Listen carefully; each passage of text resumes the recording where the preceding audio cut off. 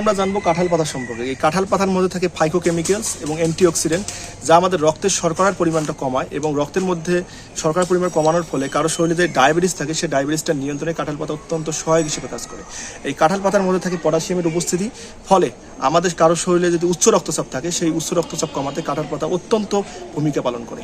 এবং কাঁঠাল পাতা আমাদের অনেকের মধ্যে দেখা যায় যে আমাদের ত্বকের মধ্যে খুশখুশি ভাব অথবা ব্রণের সমস্যা অথবা ত্বকের মধ্যে ছত্রাক, এই সমস্যার সমাধানে কাঁঠাল পাতা যদি আমরা পেস্ট অথবা কাঁঠাল পাতাদের রস ইউজ করি সেক্ষেত্রে আমরা এই সমস্যা ইজিলি সমাধান করতে পারবো। অনেকের দেখা যাচ্ছে ক্যান্সার, এই ক্যান্সার রোগের ক্ষেত্রে কাঁঠাল পাতা অত্যন্ত সহায়ক এবং আমাদের বার্ধক্যজনিত যে সমস্যা আছে এই বার্ধক্যজনিত সমস্যাটা সমাধানে কাঁঠাল পাতা অত্যন্ত সহায়ক হিসেবে ভূমিকা পালন করে।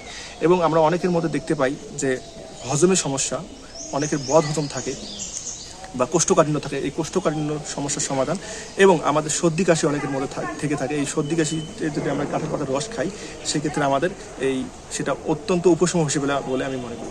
ধন্যবাদ সবাইকে।